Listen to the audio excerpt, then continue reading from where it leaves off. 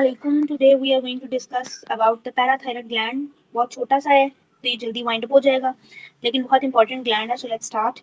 First of all, we need to know what parathyroid gland is and where is it located. We have two pairs of endocrine glands that is located on the posterior borders of thyroid gland. तो अब अगर मैं thyroid gland की बात करूँ तो thyroid gland हमारे पास कैसे प्रेजेंट होता है.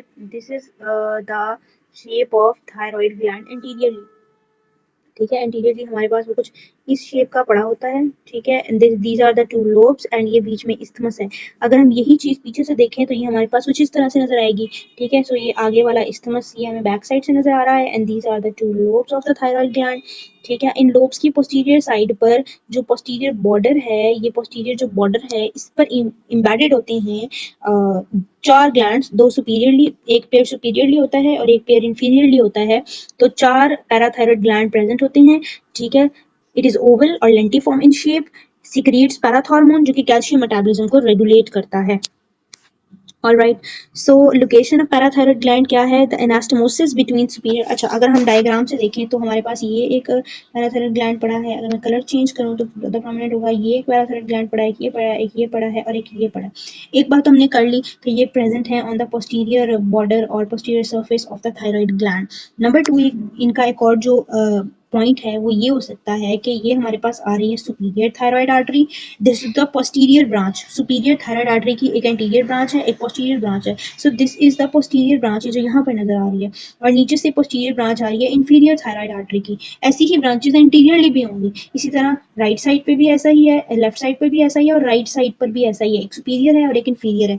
ये दोनों आकर अपनी यहाँ पर सेंटर में एनास्टोमोस कर रही है. ठीक है, तो जो सुपीरियर पैराथायराइड ग्लैंड है ना और जो इंफीरियर पैराथायराइड ग्लैंड है, तो ये जो एनास्टोमोसिस है ना, ये इन दोनों ग्लैंड के दरमियान के लेवल पे होता है. यही बात यहाँ पर लिखी है. The anastomosis between superior and inferior thyroid arteries is a guide to localize the glands as they lie close to it. Superior parathyroid gland is more constant in position in at the middle of the posterior border of thyroid. ठीक है, ये posterior border है तो ये superior वाले उसके middle में तकरीबन लाई कर रहे होते हैं, जबकि ये उसके लोअर एंड पर लाई कर रहे होते हैं. Dorsal to recurrent laryngeal nerve. Recurrent laryngeal nerve हमारे पास इनके आगे पड़ी होती है. ठीक है, तो ये उसके डॉर्सली प्रेजेंट होते हैं. Okay, inferior parathyroid is variable in position. ये पोजीशन चेंज करते रहते हैं with in thyroid capsule below inferior thyroid artery. ठीक है, ये थायराइड आर्टरी के नीचे प्रेजेंट है ना इंफीरियर वाली, सो ये लिखा हुआ है. Outside the thyroid capsule above inferior thyroid artery. और ये आउटसाइड भी हो सकते हैं, इंफीरियर थायराइड आर्टरी के ऊपर भी हो सकते हैं. With the substance of lobe near posterior border. ठीक है, लोब का जो सब्सटेंस है वो पोस्टीरियर बॉर्डर के करीब ही होगा. तो ये बेसिक इसकी एनाटॉमी लोकेशन थी. उसके बाद आ जाएं, अगर हम इसकी ब्लड सप्लाई की बात करें तो ये बेसिकली, अगर हम इसकी एनाटॉमी की बात करें ना ग्रॉसली, हमें ये बस एक लॉब्यूलेटेड सा गोल सा छोटा सा स्ट्रक्चर नजर आता है.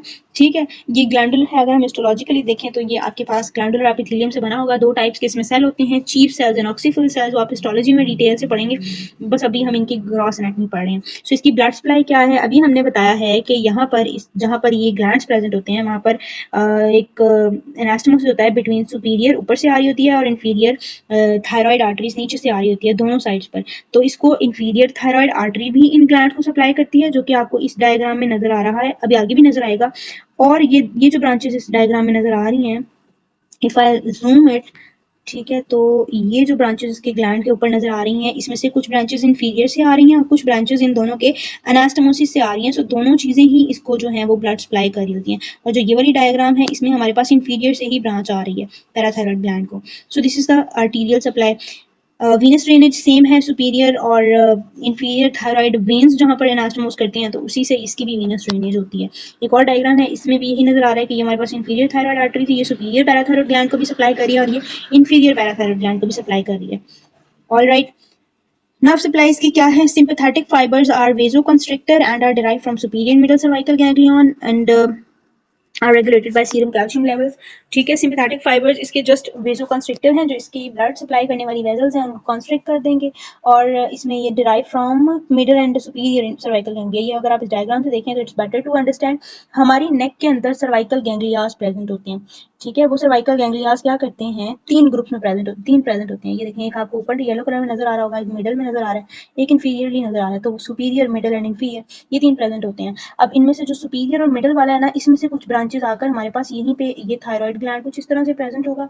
उसके पोस्टीरियर बॉर्डर पे, ये पोस्टीरियर साइड ही है, इसके इस बॉर्डर पे आपको नजर आएंगी पैराथायराइड ग्लैंड। तो इसमें से मिडिल और सुपीरियर वाले में से ब्रांचेस आकर पैराथायराइड ग्लैंड को इनोवेट कर देंगे। सिंपैथेटिक फाइबर्स होंगे और वो क्या होंगे, vasoconstrictor fibres. Obviously cervical ganglia से आ रहे हैं, ठीक है, और सर्वाइकल आउटफ्लो आपके पास यहाँ पर सर्वाइकल गैंग्लिया से जरूर आ रहे हैं, but this is not cervical outflow. Outflow उनका थोरैकोलंबर ही होगा, थोरैसिक नर्व से सर्वाइकल गैंग्लियन बना हो सकता है, ठीक है। So that's an important thing. उसके बाद अगर हम अब दोबारा देखें तो ये हमने सिंपैथेटिक फाइबर्स वाली बात कर ली। लिम्फेटिक ड्रेनेज क्या है, लिम्फेटिक ड्रेनेज अगर हम देखें तो इसी तरह जैसे सर्वाइकल ग्रुप ऑफ गैंग्लियाज होते हैं, cervical group of lymph nodes भी होते हैं जिसमें एंटीरियर होते हैं, पोस्टीरियर होते हैं। जो स्टर्नोक्लीडोमास्टोइड के इंटीरियर बॉर्डर पे हों तो वो एंटीरियर होते हैं और जो पोस्टीरियरली हों वो पोस्टीरियर होते हैं, ठीक है।